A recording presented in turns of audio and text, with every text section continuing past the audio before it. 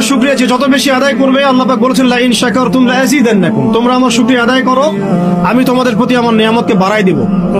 ওয়া লা ইন কাফারতুম ইন্না আযাবি লাশাদীদ, তোমরা যদি আমার অকৃতজ্ঞ হও, জেনে রাখো আমার আযাব বড়ই কঠিন। সবসময় চিন্তা করবো আমাকে আল্লাহ কি দিয়েছেন, এটা চিন্তা করবো না আমাকে আল্লাহ কি দেন নাই। আল্লাহ পাক আমাকে সুস্থ রেখেছেন, নিরাপত্তা দিয়েছেন, আমি খাচ্ছি, পান করছি। এই যে নিয়ামত, আল্লাহ পাকের যে অগণিত নিয়ামত, এটাকে স্মরণ করা এবং সে অনুযায়ী শুকরিয়া আদায় করা।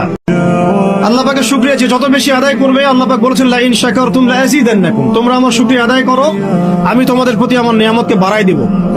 ওয়া লা ইন কাফারতুম ইন্না আযাবি লাশাদীদ, তোমরা যদি আমার অকৃতজ্ঞ হও, জেনে রাখো আমার আযাব বড়ই কঠিন।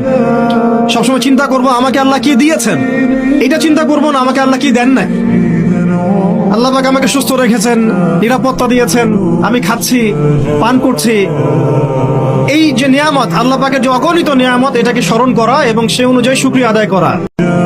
আল্লাহ পাকের শুকরিয়া যে যত বেশি আদায় করবে, আল্লাহ পাক বলেছেন লা ইন শাকারতুম লা আযীদান্নাকুম, তোমরা আমার শুকরিয়া আদায় করো, আমি তোমাদের প্রতি আমার নিয়ামতকে বাড়াই দেব।